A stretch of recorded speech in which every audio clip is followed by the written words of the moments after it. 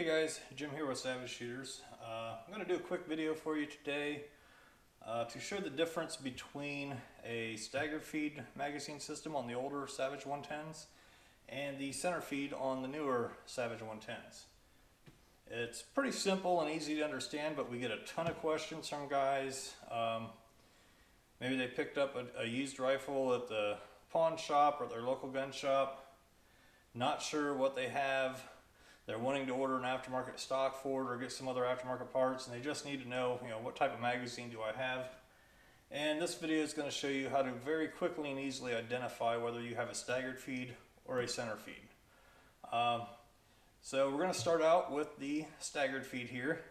The main difference that sets this one apart from the newer center feeds is that when you pull the barreled action out of the stock, the magazine housing stays with the action.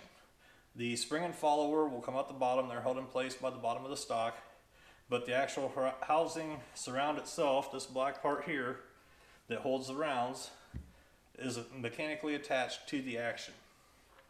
I'll go ahead and pull this out of the stock right now and we'll give you a closer up look at that. Okay, so here we have the staggered feed barreled action out of the stock.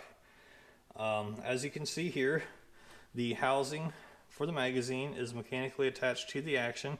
There's basically a little metal tab on either end of the action that fits into a slot on the receiver. To take these apart, the easiest thing to do is to put some spreader pliers between the recoil lug and this and squeeze, and it'll pop right out for you. Another option is to take the flat screwdriver and punch it in to pop that out. It's a very shallow slot there. Not real hard to do, there's just a little knack to it. But that pretty much covers the staggered feed. Here is the spring and follower for it. Looks very similar to what's on the center feed, so you can't really just look at one and tell the difference real easy. But like I said, the key difference, if you haven't measured the screw spacing, if you pull the barreled action out of the stock, the housing stays with the action on the staggered feed. I'll go ahead and put this one back together and we'll go into the center feeds. Okay, now we have one of the newer center feed blind magazines torn down. As you can see, there is no housing attached to the action. It actually stays in the gun stock. You'll note that there is a little clip back here. This is actually what hangs the back side of the magazine at the proper height to ensure proper feeding. Let's see if I can pop this out of here for you. Basically, you have your follower again. As you know, there's some more notches in it, so that's the one thing you can look for to tell the difference. Big difference on the housing is you'll notice the feed lips are centered up. That's what makes it a center feed. Here on this detachable magazine, you can see probably a little better. When you look down straight at it, all you see is the top body of the case. You don't see another one off to the side like you would on a staggered feed. Here is that little L clip that hangs the rear of the magazine. And as you'll note, there is a notch here in the stock where that little L clip rides. I know some guys have been adapting staggered feed long action stocks to use a center feed and vice versa. So if you are, just make sure if you have a center feed action that you have a stock with that notch in it. You might have to add it. It's real easy to put in with a chisel, no big deal. It's only about, I don't know, maybe 1/8 of an inch deep or so. Very easy to work with. But again, that is the main difference between the staggered feed and the center feeds. On the short actions, the screw spacings are different. The center feeds are 4.40 inch center to center on your action screws, which are your two front screws. The rear screw for the trigger guard is not an action screw, it's just a wood screw that goes into the stock. On the staggered feeds, that screw spacing is 4.27 inches.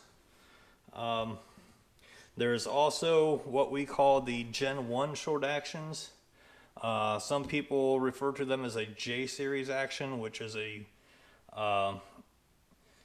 not an accurate term, but those actions have a 4.52 inch screw spacing.